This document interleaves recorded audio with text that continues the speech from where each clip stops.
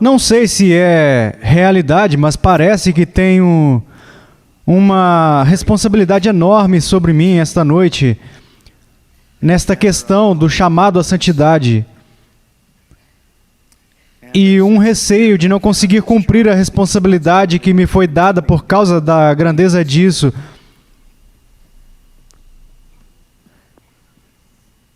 Nestes dias aprendemos tudo sobre a prioridade da santidade e agora é hora de olharmos para as nossas próprias vidas e ouvirmos o chamado de Deus para a santidade. Todos sabem que o Novo Testamento está repleto de chamados à santidade.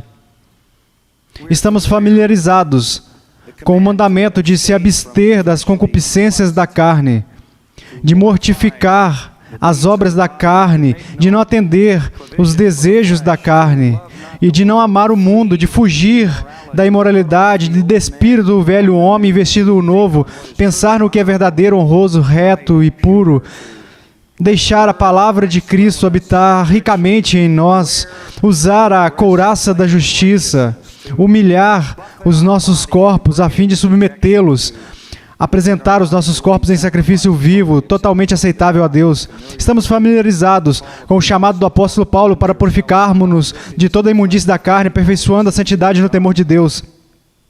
O chamado para caminhar em espírito e não cumprir os desejos carnais, ou deixar de lado todo o mal, toda a malícia, e como bebês desejarmos o leite puro da palavra para que cresçamos. Estamos familiarizados com tudo isso, nós todos sabemos disso. E talvez aquele chamado de todos os chamados, onde o apóstolo Pedro escreve, tirado do livro de Levítico, sede santos porque eu sou santo. Tornai-vos santos também vós mesmos em todo o vosso procedimento, escreveu Pedro. Estamos familiarizados com isso, nós acreditamos nisso, nós sabemos. A igreja em sua maioria sabe disso, mas parece estar perdendo a batalha. As pessoas vêm a mim com tanta frequência, se eu puder ser pessoal por um momento, e dizem, estamos orando por você. Uma senhora me parou no corredor e disse, estamos orando por você. Estamos orando para que você não caia em algum pecado, como tantos caíram e nos desapontou muito. E as pessoas me perguntam, como você vive a sua vida para evitar isso? A quem você presta contas? Muitas vezes me perguntam, você tem um grupo para prestar contas? Deixe-me contar algo. Eu tenho um grupo de anciãos ao meu redor. Entre esses presbíteros e pastores estão alguns amigos muito preciosos, que passam muito tempo comigo dia após dia e estão expostos a tudo o que há para ver e saber sobre mim. E eu sou uma pessoa bastante transparente. E eles estão lá e eu quero que eles me digam sempre que eu ameaçar ultrapassar uma linha que traria desonra ao Senhor. Ainda mais próximo do que isso, eu tenho 4 filhos que amam a Cristo e caminham com Ele. E 3 deles são casados. Os 3 mais velhos, e a minha filha mais nova ainda não é casada. Os 3 mais velhos e os seus cônjuges têm essas expectativas imensas e provavelmente irreais sobre mim. O meu filho, que mora em Chicago, me ligou há alguns meses e disse, pai, estive pensando em você e orando por você. E liguei para dizer para você não estragar tudo. Este é o meu filho. Isto é o que eu disse para ele.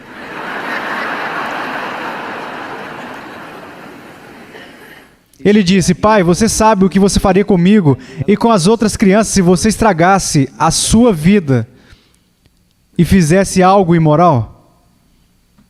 E eu disse, bem, Mark, obrigado pelas suas orações e a sua preocupação. Isso significa tudo para mim. Então eu tenho 11 netos, de 11 anos para baixo. Eles esperam que o papai deles viva da maneira que Deus nos diz para viver. E eu olho em seus rostinhos e leio histórias da Bíblia e oro com eles, enquanto a Patrícia e eu nos reunimos com eles diversas vezes ao redor da nossa mesa da cozinha e olhamos em seus rostos radiantes. E eu digo a eles uma coisa, eu não conseguiria fazer nada que pudesse destruir a confiança deles em Cristo. Isso me mataria.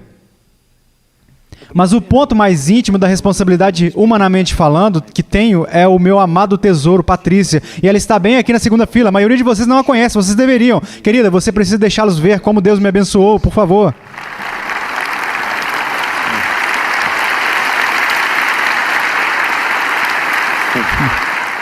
Agora, essa senhora espera que eu viva tudo o que eu prego o tempo todo.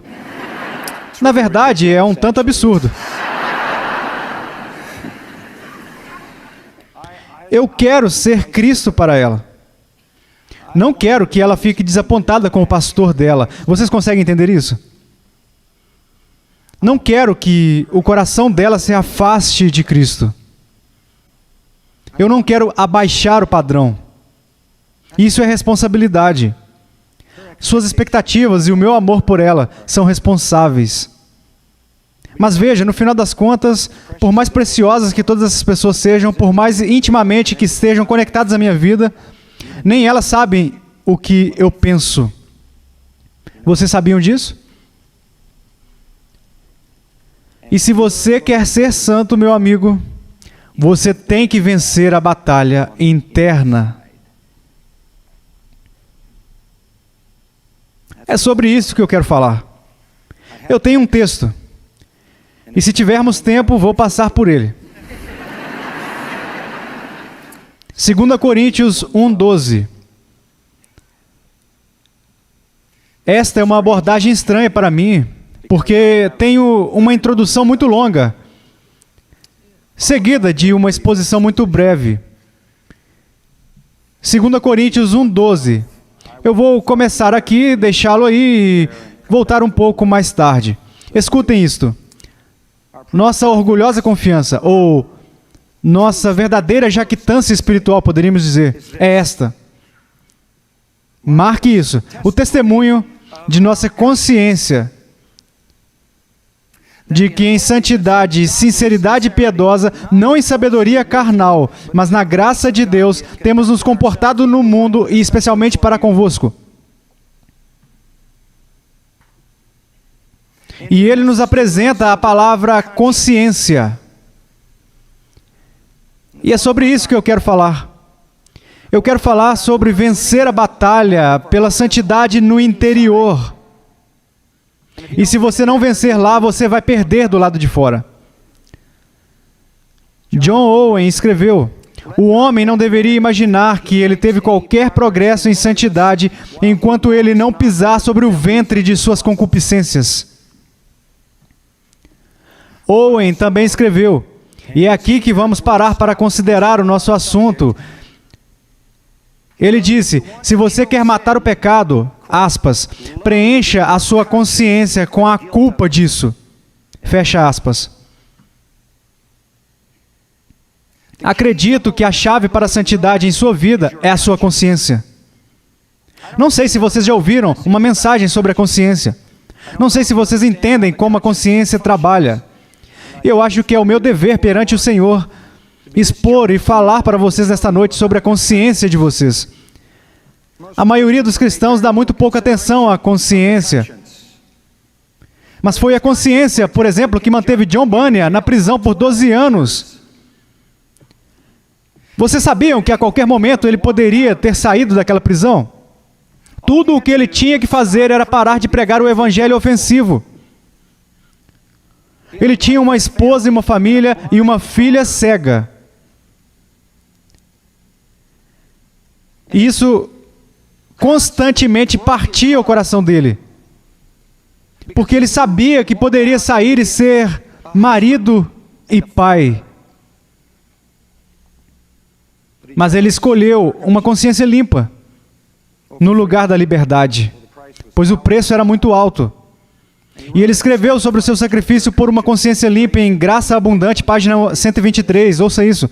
A separação da minha esposa e dos meus pobres filhos neste lugar, muitas vezes, foi como arrancar a carne dos meus ossos. E isso não apenas porque eu gosto muito dessas enormes misericórdias, mas também porque eu trazia muitas vezes em minha mente as muitas dificuldades, misérias e necessidades que a minha pobre família provavelmente enfrentaria por eu ser separado deles, especialmente a minha pobre filha cega, que estava mais perto do meu coração do que tudo o que eu tinha. Pensei que a ausência dela iria perfurar e rasgar o meu coração em pedaços. Ele poderia ter saído, mas ficou lá. A sua resposta àqueles que o exortaram para sair, para parar com a pregação ofensiva e ser liberto, foi a citação a seguir: eu faria da minha consciência um contínuo açougue e abatedouro. Fecha aspas. Ele disse que preferia, aspas, o sofrimento de uma vida frágil, caso ela continuasse por muito tempo, até que o musgo cresça em minhas sobrancelhas. Fecha aspas, em vez de violar a sua consciência. Homem forte. Bem, você tem que ser forte por dentro. O que é essa consciência? Como funciona? O que isso causa? No livro que eu escrevi chamado The Vanished Conscience, eu conto a história de 1984. Havia um jato da Avianca voando na Europa e caiu na Espanha. Era um Boeing 707 e colidiu de ponta com uma montanha e foi literalmente estilhaçado em pequenos pedaços. Todos morreram instantaneamente. Como sempre fazem, foram buscar o pequeno gravador de voo, a caixa preta, e eles a encontraram. E eles ouviram a gravação. E, surpreendentemente, isso é o que eles ouviram na fita. À medida que o avião se aproximava cada vez mais da montanha e estava voando diretamente para ela, a voz de aviso sintetizada por computador começou a dizer: suba, suba, suba, suba, suba. E inexplicavelmente o piloto disse: cala a boca, gringo, e desligou o interruptor. E silenciou a voz de advertência. E ele colidiu com a montanha. E todo mundo morreu. E quando li isso, pensei como isso é uma ilustração clara de como a maioria das pessoas trata a consciência delas. Cala a boca, gringo. E eles desligam e caem. Eles rejeitam a informação que a consciência deles está repassando. O sistema de alerta no avião conhecia a realidade porque o radar o informava da realidade. O radar identificou a montanha e enviou a mensagem de volta. A realidade era: você vai colidir com a montanha. A informação foi precisa. A informação então acionou a voz sintetizada que dizia: suba, suba, suba, suba, suba. E o piloto tolo a desligou. Na linguagem do Novo Testamento não há jatos. Então Paulo disse, 1 Timóteo 1, 18 a 20, alguns, tendo rejeitado a boa consciência, vieram a naufragar. Naufrágio. Os quais entreguei a Satanás. A consciência é um dom tremendo. Precisamos entender o papel que ela desempenha na santidade. A consciência é o mecanismo de alerta dado por Deus, o dispositivo de alerta dado por Deus que nos diz que estamos no caminho da colisão espiritual. Suponho que o melhor paralelo a isso seja a dor. Dor, vocês entendem, a dor é uma coisa boa. Vocês entendem isso? Porque a dor te diz que há algo errado com o seu corpo e você precisa fazer algo a respeito. A dor é um mecanismo dado por Deus para evitar que você se destrua fisicamente. É por isso que a lepra, ou a hanseníase, como é conhecida hoje em dia, é uma ameaça tão terrível. As pessoas costumavam pensar que a doença da lepra devorava você, então eles descobriram que tudo o que fazia era destruir o seu sentido. E as pessoas literalmente feriam os seus corpos, esfregavam seus globos oculares e órbitas oculares, esfregavam as úlceras em suas bochechas porque não conseguiam sentir a quantidade de pressão que estavam aplicando. A dor é a maneira de Deus colocar um sistema de alerta em sua estrutura física para que você não se destrua fisicamente. E a consciência é um sistema de alerta colocado em sua alma para evitar que você se destrua espiritualmente. Em Romanos capítulo 2, Versículos 14 e 15, o apóstolo Paulo fala sobre a consciência e nos dá uma definição muito simples do que ela faz. Ou te acusa ou te defende. Ou te acusa ou te exonera. Ou te dá uma sensação de bem-estar, paz, alegria, satisfação e realização. Ou faz você se sentir envergonhado, culpado, temeroso, duvidoso, perturbado, ansioso e deprimido.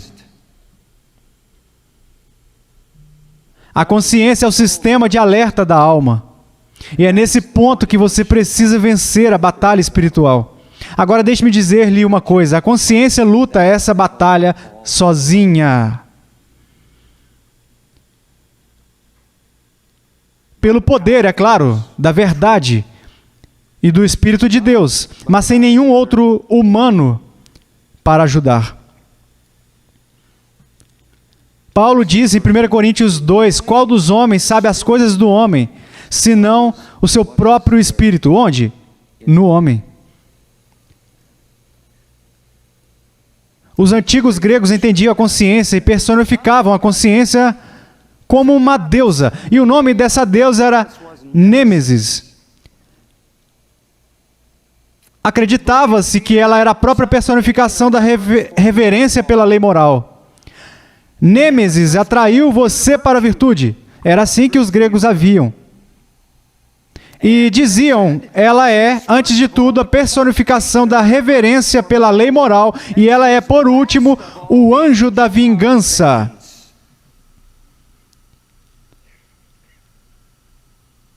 E ela, no final, o alcançará com plena retribuição por todas as suas transgressões imprudentes. Há uma imagem gráfica da Nêmesis que sobreviveu aos tempos e retrata um homem. Na verdade, é uma imagem que tem um homem correndo, fugindo aterrorizado, com medo.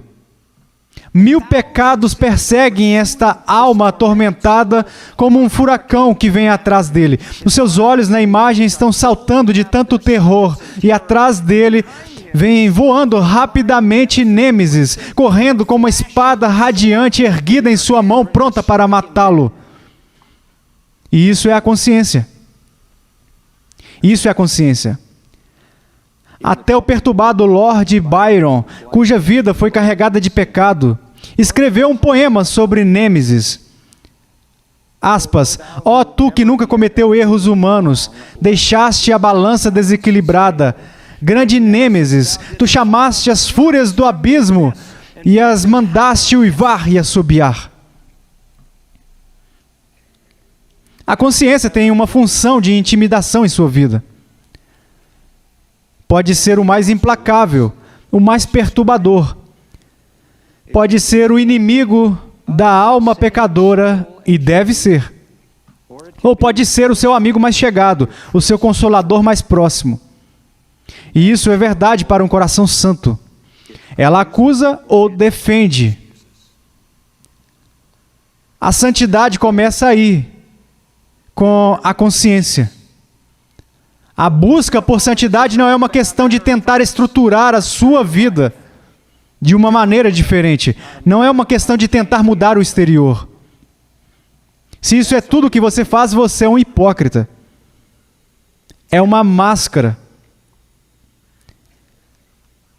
A pecaminosidade da sociedade hoje em dia, e a pecaminosidade da igreja, e a pecaminosidade dos pastores e líderes, creio, se deve a uma função defeituosa na consciência. Agora, eu não terminei. Eu tenho mais coisas a dizer sobre essa consciência. E eu vou passar por algumas coisas à medida que for avançando, porque quero que vocês realmente entendam isso. A consciência é o sistema de alerta da alma. É um dom de Deus, ouça-me, construído em cada alma humana, não apenas nos cristãos, todo mundo tem uma. É essa voz interior que sente a violação moral. E até os pagãos têm algum conhecimento da lei moral, não tem? Está no âmago do ser humano. Faz parte da imago Dei, faz parte da imagem de Deus. A consciência é uma parte constituinte da natureza humana. Todo mundo tem uma. Um hindu tem uma e trabalha em resposta ao mais alto nível da lei moral que o hindu acredita.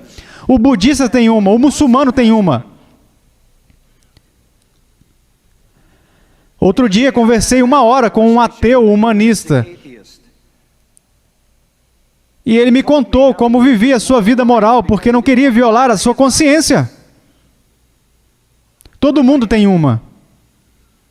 É parte integrante da natureza humana. É informada pelo mais alto nível da lei moral em que se crê. Devo acrescentar, no entanto, que a consciência, por mais importante que seja, não é perfeita, porque é parte constitutiva da nossa natureza humana e, portanto, também é decaída. E é por isso que, em última análise, o apóstolo Paulo tem que dizer em 1 Coríntios 4, nada me argue a consciência, contudo nem por isso me dou por justificado. Porque a minha consciência está caída, como o restante de mim, nunca será o determinante final da minha verdadeira condição espiritual. Mas ainda assim, é o melhor que temos. Falha por causa do pecado, mas é tudo o que temos. E fortalecida pela graça e pelo Espírito Santo, ainda é capaz de dizer: puxe, puxe, puxe. Rejeitar a voz da consciência é suicídio. É só uma questão de tempo. Você perde ela por dentro, você vai colidir.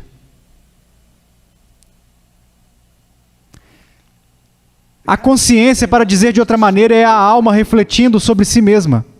Algo que os animais não podem fazer, é isso que nos distingue dos animais. Ambos os termos gregos para consciência indicam isso.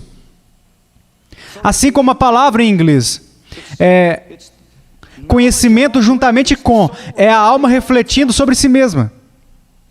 É a capacidade de conhecer a si mesmo, ser autoconsciente, contemplar, compreender pensamentos, motivações, intenções, sentimentos.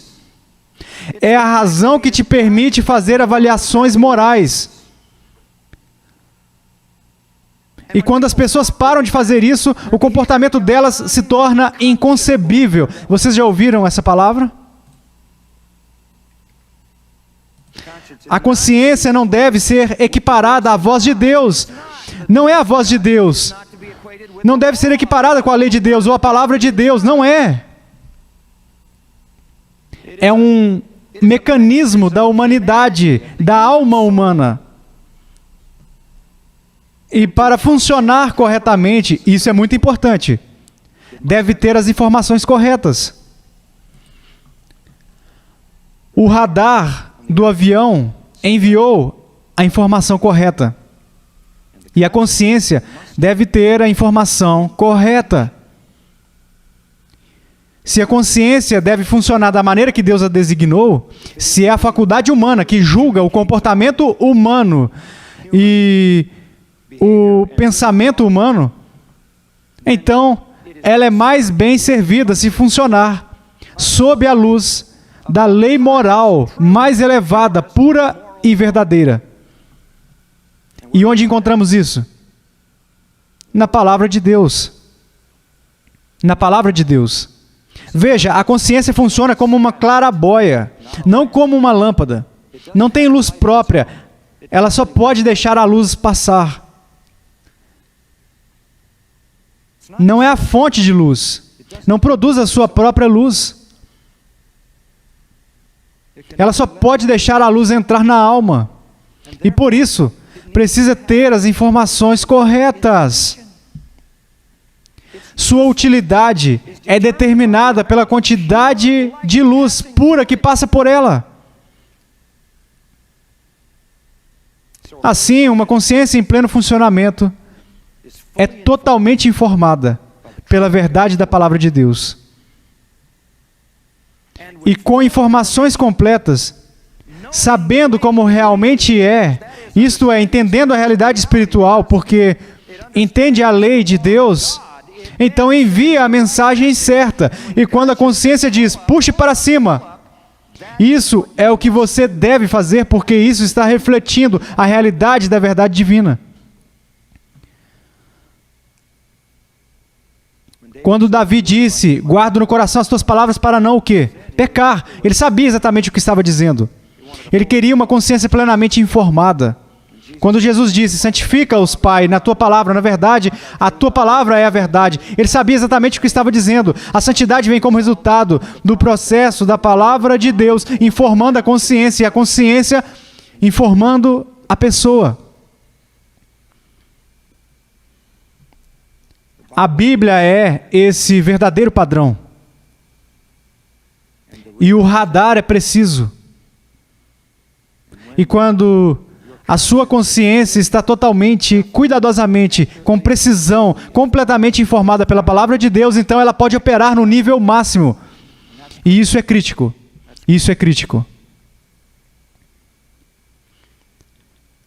Apenas para ilustrar como a consciência em si não é a lei de Deus, se você ler várias passagens nos escritos de Paulo, mas estou lembrando-me de Romanos 14, essa seção vai até o capítulo 15. Há cristãos fracos que têm uma consciência que não é informada de forma madura, certo? Eles têm escrúpulos onde não precisam ter. 1 Coríntios 8. A consciência deles não os deixa fazer algumas coisas que eles realmente seriam livres para fazer. O que você faz? O que você faz? Paulo faz uma grande ilustração disso em 1 Coríntios. Ele diz, digamos que você vai jantar numa noite. E você chama um crente novinho em folha. E este crente acabou de ser salvo do paganismo. E você vai evangelizar outro pagão. E você leva o seu amigo lá. E você vai para a casa desse pagão. E você é o cristão maduro. E ele é o irmão fraco junto com você. E ele sai e serve o jantar. E esse irmão fraco diz, a propósito, onde você comprou essa carne? E o anfitrião diz, bem, eu comprei no mercado de carne da Diana, sabe? Associada ao templo da Diana. Isso é carne oferecida aos ídolos. E o jovem crente diz, eu não posso comer isso, porque ele acabou de sair disso. Ele não pode lidar com isso. O que você vai fazer? Você vai ofender o anfitrião? Ou você vai ofender o irmão mais fraco? Você sabe o que Paulo diz em 1 Coríntios? Ele diz para ofender o anfitrião. Ofender o anfitrião. Você não ensina aquele cristão fraco a violar a consciência dele. Porque no futuro, quando ele estiver totalmente informado, você não quer que ele tenha o hábito de não ouvi-lo.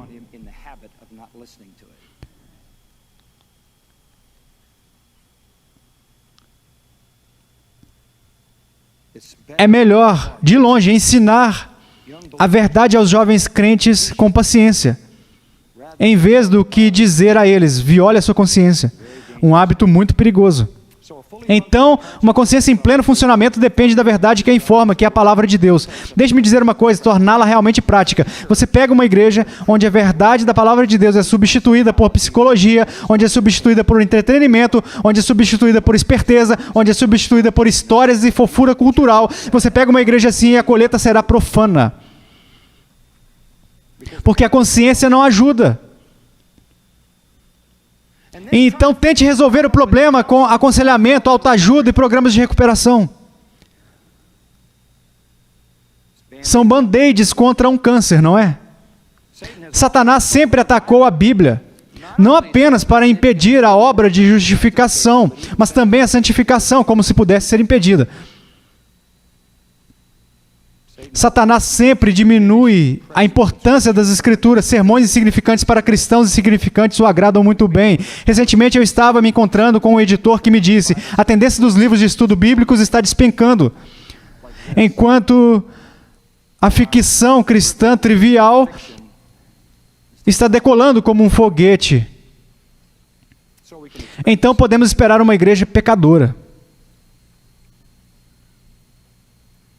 Há realmente duas maneiras de assegurar que as pessoas são profanas. Desinformar a consciência delas, torcer e perverter a lei moral. Essa é a primeira maneira, e é disso que estamos falando. E francamente, o padrão de moralidade em nossa cultura está caindo mais rápido do que a Nasdaq, não é? Quando o seu herói cultural é o Eminem, Você sabe o quão longe você foi. E você tem toda uma geração de pessoas sendo criadas com uma compreensão moral diminuída. A evolução tomou conta da nossa sociedade. Deus não existe, a vida é aleatória, a verdade é relativa, não há um padrão moral fixo, o homem é basicamente bom, etc, etc, etc. Eles tinham uma coisa na MTV sobre os 7 pecados capitais que apareceram no canal PBS. Eu não assisto MTV, mas foi na PBS. Foi um especial de 2 horas sobre a moralidade, no qual o pessoal da MTV abordou os 7 pecados capitais, a lista medieval, sabe, daqueles pecados motivacionais: orgulho, luxúria, cobiça, raiva, inveja, gula e preguiça ou indolência. E eles entrevistaram as pessoas no mundo MTV e perguntaram o que elas pensavam sobre essas coisas. E essencialmente todos eles saíram com a ideia de que todas essas coisas são basicamente boas. Elas são boas. E no final disto aqui está a última linha, abre aspas: nenhum pecado é. Se você quer falar sobre pecado, eles disseram, o que você definiria como pecado? Eles disseram isso: nenhum pecado é tão mau quanto a atitude desleixada daqueles que pensam que o comportamento de alguém é uma ofensa a algum Deus santo. Fecha aspas. Agora essa é a moralidade que estamos sendo ensinados em nossa cultura hoje em dia. Então, a que a consciência tem que responder? Tudo é pervertido, como Isaías disse: escuridade e luz, e da luz escuridade, amargo por doce e o doce por amargo.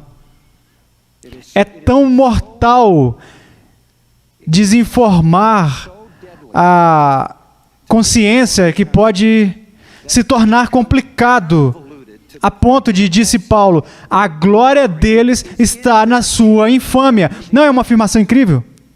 A consciência deles está tão mal informada. Se você quer santidade em sua vida, deve informar a sua consciência com a verdade de Deus.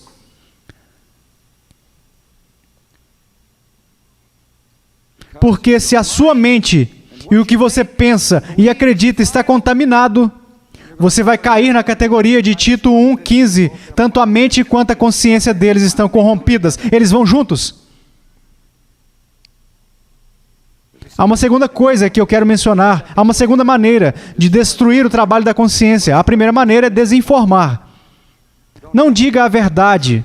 Não lhe dê a verdadeira lei de Deus. A segunda maneira é silenciá-la quando ela falar como o piloto fez.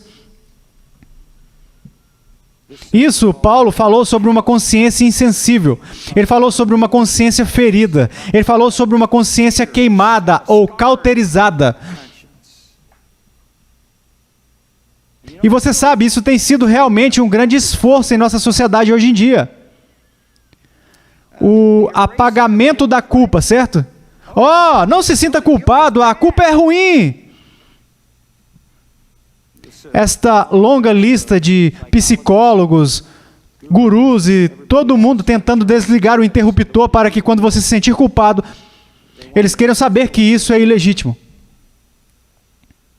Você precisa aprender a suprimir esses sentimentos de culpa, anular esses sentimentos de culpa, silenciar esses sentimentos de culpa. Você precisa saber que a culpa é ruim, a vergonha é pior, e a autoestima é a única autoavaliação aceitável.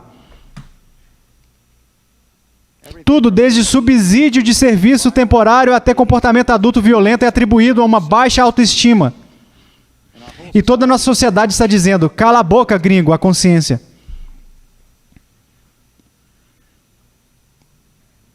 Não queremos fazer com que as pessoas enfrentem os seus pecados.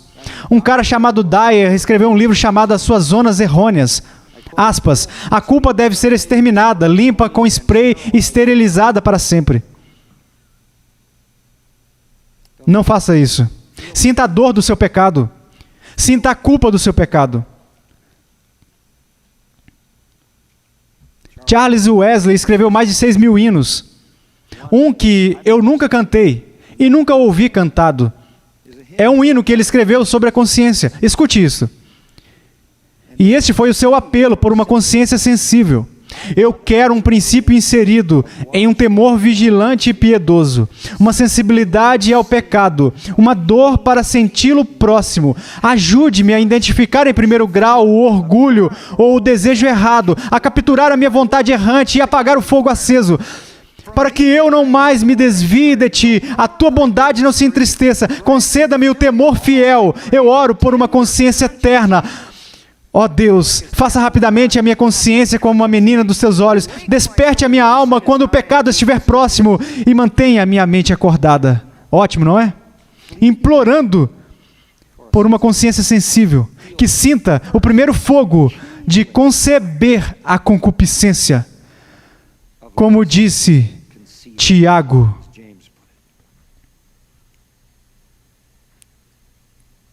o que quer que as pessoas façam, aliás, para silenciar a consciência delas, temporário.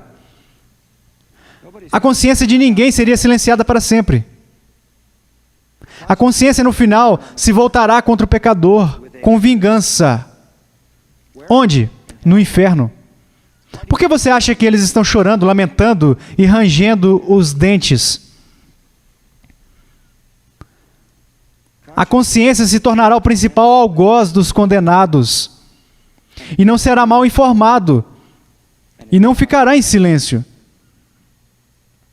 Isso lembrará aos condenados no inferno que somente eles são responsáveis pelas agonias eternas que sofrem. John Flavel escreveu no século XVII, a consciência que deveria ter sido o freio da alma aqui na terra, torna-se o chicote que irá açoitar a sua alma no inferno. Nem há nenhuma faculdade ou poder pertencente à alma do homem tão apto e capaz para fazê-lo como a sua própria consciência. Aquilo que era a sede e o centro de toda a culpa agora se torna a sede e o centro de todo o tormento. Não há descanso, não há paz, apenas choro, gemido e ranger de dentes. E a consciência fará para sempre o pecador admitir a verdade de cada acusação que traz e a justiça de cada dor que ele sofre. Por outro lado, para aqueles de nós que são redimidos, no momento da salvação, eu amo isso. Hebreus 10, 22 diz, o coração do crente purificado de má consciência. O 9º capítulo, acho que é o versículo 14, diz que ele purifica a nossa consciência com o seu sangue. Assim, com a consciência lavada, com a consciência limpa, higienizada pelo Espírito Santo, informada pela palavra de Deus, o crente pode reagir às suas advertências e o pecado pode ser tratado onde deve ser tratado, no interior. Agora eu quero que vocês voltem ao versículo 12. E eu vou encerrar daqui a pouco. Não sei a que horas devo terminar, mas farei isso daqui a pouco. Por que Paulo está se gabando aqui? Por que ele está se defendendo? Eu vou te dizer o porquê. Porque havia um grupo de falsos mestres que entraram na igreja de Corinto. Aquela igreja lhe causou uma dor sem fim, como vocês sabem. Mas o pior estava acontecendo agora, porque falsos mestres haviam chegado lá e, claro, eles queriam substituir Paulo. Eles queriam ensinar as suas mentiras, as suas malditas heresias. Para fazer isso com sucesso, eles tinham que, de alguma forma, depor Paulo. Eles tiveram que derrubá-lo da cadeira principal. Ele era o mestre reinante, pastor, líder, etc. Então, para que eles ensinassem mentiras, eles tinham que destruir a credibilidade dele. Então, eles entraram na igreja. Vocês podem ler as mentiras entre as linhas em 2 Coríntios, e vocês sabem disso, que eles o estavam agredindo e atacando. Coisas terríveis. Eles estavam dizendo, e você pode juntar isso lendo 2 Coríntios, eles estavam dizendo que quando ele sofreu tanto, ele estava sofrendo porque Deus o estava punindo por seu pecado. Eles disseram isso no primeiro capítulo, no versículo 6, essencialmente. Eles disseram no capítulo 1, versículo 17, quando você lê nas entrelinhas, que ele não era confiável, disseram que ele não era genuíno, disseram que ele era um leviano, disseram que faltavam provas oficiais de Jerusalém, que ele não foi autorizado, disseram que ele era secretamente corrupto, capítulo 4, que ele tinha uma vida oculta de vergonha por debaixo dos panos, disseram que ele era um enganador, que ele era um charlatão, disseram que ele era orgulhoso, disseram que ele era desequilibrado mentalmente, sério. Disseram que ele era manipulador, que ele estava se aproveitando deles por causa do sexo e dinheiro. Isso está implícito no 5º capítulo. E eles disseram que ele era desonroso, disseram que ele era fraco, disseram que a sua presença era desprezível e o seu discurso era o mesmo. Eles estavam realmente perseguindo ele. E ele precisava se defender, por mais difícil que fosse fazer isso. Ele odiava fazer isso. Mas ele precisava fazer isso, não por causa de si mesmo, não por causa do seu próprio ego, mas por causa da verdade. Como ele respondeu? Será que ele escreveu de volta e disse: ei pessoal, estou enviando 25 cartas de 25 pessoas diferentes me elogiando.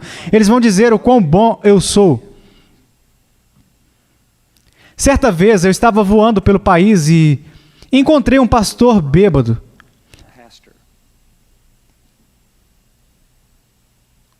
Um proeminente pastor da mídia. E tivemos uma discussão muito interessante no avião. E acho que foi um dos voos mais interessantes da minha vida. E quando cheguei em casa, dentro de algumas semanas, recebi uma carta dele. E uma pilha de cerca de 6 ou 8 cartas da sua equipe me dizendo que pessoa maravilhosa ele era. E eu sei que ele arquivou tudo isso para caso eu dissesse alguma coisa sobre aquele incidente, o que eu nunca disse. Ele seria capaz de retirá-los e dizer: bem, eu não sei do que ele está falando. E ele foi profano, mesmo na conversa. Paulo não precisava de cartas. Suponho que ele poderia ter dito: bem, veja, nomeamos um comitê e eles vão me avaliar e dar um relatório completo dentro de alguns meses sobre a minha virtude. Ele também não disse isso. Você sabe o que ele disse? Eu amo isto. Volte para o versículo 12. Porque a nossa glória é esta. O testemunho da nossa o quê? O quê? Consciência. Isso não é bom? Essa é a mais alta corte humana, meus amigos. Você não pode subir mais alto do que isso. Esse não é o tribunal de Deus, mas esse é o tribunal humano mais elevado. De que, diz Paulo? De que com santidade e sinceridade de Deus, não com sabedoria humana, mas na graça divina, temos vivido no mundo e mais especialmente para convosco. Vocês podem dizer tudo o que quiserem e eu lhes direi que a batalha é vencida pela graça de Deus em minha consciência. Não é ótimo? É onde você tem que vencer a batalha, meu amigo.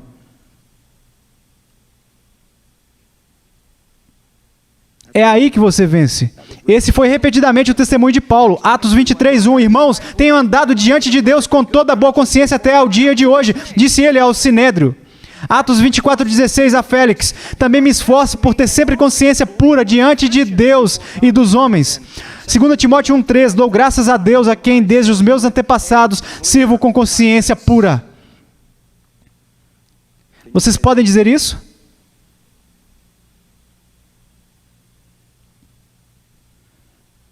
Santificai a Cristo como Senhor em vosso coração, escreveu Pedro, fazendo-o com boa consciência.